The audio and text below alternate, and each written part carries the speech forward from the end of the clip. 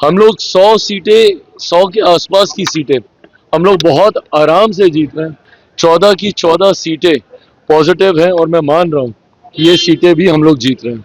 इसमें कतई कोई संदेह नहीं है कि 14 नवंबर के बाद बिहार में हम लोगों की सरकार बनने जा रही है।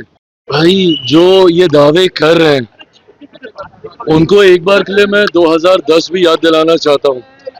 2005 में एनडीए की सरकार बनने के बाद जिस तरीके से 2010 में भी इसी तरीके से वोटिंग हुई थी और हम लोगों की सीटों की संख्या बढ़ी थी, तो ऐसे में आज मैं ये मानता हूं जिस तरीके से प्रोकम्बेंसी है, जिस तरीके से डबल इंजन की सरकार के ऊपर जनता का विश्वास बढ़ा है।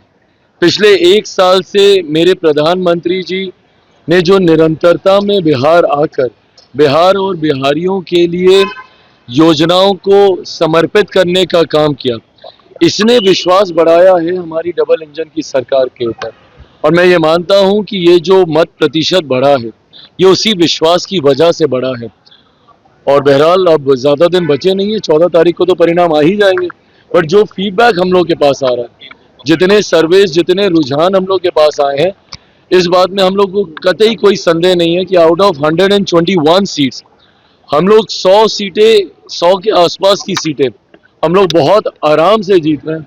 मैं खुद अगर अपनी सीटों की बात करूं, 14 सीटों पर हम लोग चुनाव लड़ रहे थे, मैं मरौड़ा को भी उसमें जोड़ रहा हूं जिसमें निर्दलीय प्रत्याशी को एनडीए ने अपना समर्थन दिया। अगर मैं उनकी भी मैं बात करूं तो 14 की 14 सीटों पर कल रात भर तक हम लोग फीडबैक ले रहे थे। 14 की 14 सीटें पॉजिटिव हैं और मैं मान रहा हूं कि ये सीटें भी हम लोग जीत रहे हैं।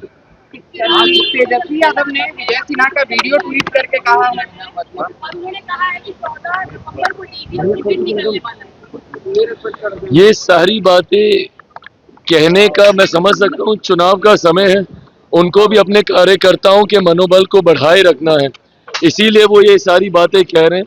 बट हर वो व्यक्ति जो बिहार की राजनीति को समझ रहा है और जो देख रहा है कि जिस तरीके से केंद्र सरकार हो, राज्य सरकार हो और पूरा एनडीए गठबंधन एकजुटता के साथ हम लोग चुनाव प्रचार में उतरे हुए हैं, इसमें कतई कोई संदेह नहीं है कि 14 नवंबर के बाद बिहार में हम लोगों की सरकार बनने जा रही है।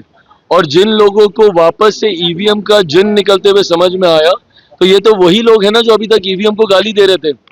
अब इन लोगों को एक नया बहाना मिल गया है एसआईआर का लेके, और वोट चोरी वोट चोरी वोट चोरी बोलकर ये अब नए बहाने के ऊपर ही आ गए। बट अभी कुछ समय पहले तक तो इनको ईवीएम का जिन इन्हीं को खाने के लिए निकलता था, इनको लगता था कि उसमें धांधली हो रही है। बहरहाल ईवीएम से जिन निकलेगा जरूर 14 तारीख को, बट वो एनडीए की मजबूत सरकार बनाने के लिए निकलेगा।